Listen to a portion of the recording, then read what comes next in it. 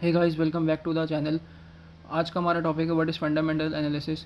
Fundamental analysis क्या होता है और ये क्यों एक इम्पॉर्टेंट चीज़ है अगर आप किसी कंपनी में इन्वेस्ट करने जा रहे हो। तो वीडियो को स्टार्ट करते हैं। फंडामेंटल एनालिसिस का मतलब ये होता है कि मोटी मोटा अगर मैं बताऊँ तो फंडामेंटल एनालिसिस में आप एक फाइनेंशियल और नॉन फाइनेंशियल डेटा दोनों को आप अच्छे से रीड कर रहे हो, अच्छे से समझ रहे हो कंपनी के बारे में। अब उसमें दो तरह का डेटा होता है, एक क्वांटिटेटिव, एक क्वालिटेटिव। क्वांटिटेटिव जिसमें नंबर्स वगैरह होता है, जैसे पीएनएल हो गया, रेवेन्यू हो गया, ये सब का क्वांटिटेटिव में, क्योंकि नंबर्स में। और क्वालिटेटिव में आप प्रोडक्ट्स देख रहे हो, उसकी आप कंपनी के मैनेजमेंट देख रहे हो, इंडस्ट्री एनालिसिस कर रहे हो, ये सब देखना पड़ता है आपको। अब उसमें कई तरह की चीज़ें आती हैं। फंडामेंटल एनालिसिस में क्या क्या इंक्लूड होता है मैं आपको बताऊँगा। जैसे बैलेंस शीट हो गया, परफॉर्मेंस हो गई, फाइनेंशियल रिपोर्ट हो गया, मार्केट में वो कंपनी की गुडविल कैसी है, मैनेजमेंट कैसा है, कंज्यूमर बिहेवियर कैसा है आपकी कंपनी के ऊपर, ये सब आपको देखना पड़ेगा।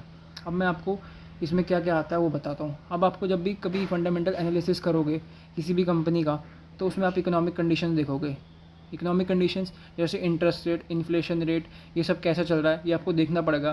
क्योंकि अगर आपको ये चीज़ें ध्यान में रहेंगी तो आप केयरफुली इन्वेस्ट करोगे और सही टाइम पे इन्वेस्ट कर पाओगे। इंडस्ट्री एनालिसिस, अगर आप मान लो मेरे को आईटीसी में इन्वेस्ट करना है, तो मैं देखूंगा ना एफएमसीजी सेक्टर कैसा कर रहा है, या उसकी इंडस्ट्री कैसे कर रही है, जैसे ब्रिटानिया वगैरह, ये सब पीयर्स उसके क्या कर रहे हैं, तब जाके मैं कंपनी का एनालिसिस करूँगा ना। अब कंपनी पे आ जाओ।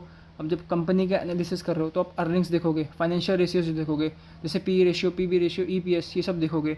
और उसके बाद अगर आपको बताऊँ तो आप ये सेल्स देखोगे, प्रोडक्ट्स देखोगे, ये सब आपको देखना पड़ेगा। अब क्वालिटेटिव में जैसे बताया था मैंने, क्वालिटेटिव में आएगा आपका प्रोडक्ट्स, ठीक है, कंपनी का सीईओ, कंपनी का मैनेजमेंट, कंपनी की मैनेजमेंट कैसी है, कंपनी का सीईओ या कंपनी का जो एमडी है वो क्या करने वाला है, उसके वो डिसीजन लेगा, डिसीजन मेकिंग करेगा अपनी कंपनी के लिए, वो अच्छा साबित होगा कि बुरा, ये सब आपको देखना पड़ेगा।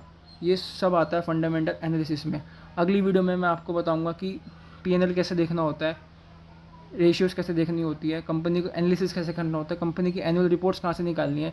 और कई कई टूल्स है, जैसे आपको पता ही होगा, कई कई टूल्स जैसे स्क्रीनर हो गया, और भी टूल्स है जो मैं आपको बताऊंगा अगली वीडियो में। यहाँ तक अगर आपको फंडामेंटल एनालिसिस समझ में आया हो तो प्लीज़ वीडियो को लाइक करना और चैनल को सब्सक्राइब कर लेना। ऐसी ही और वीडियोज़ मैं आपके लिए लाता रहूँगा और अच्छे से आपको एक अच्छा इन्वेस्टर या ट्रेडर, मतलब आपको नॉलेज दूंगा, एक अच्छी नॉलेज दूंगा जो आपके भी काम आएगी और मेरे भी काम आएगी। आई होप पसंद आया आपको वीडियो।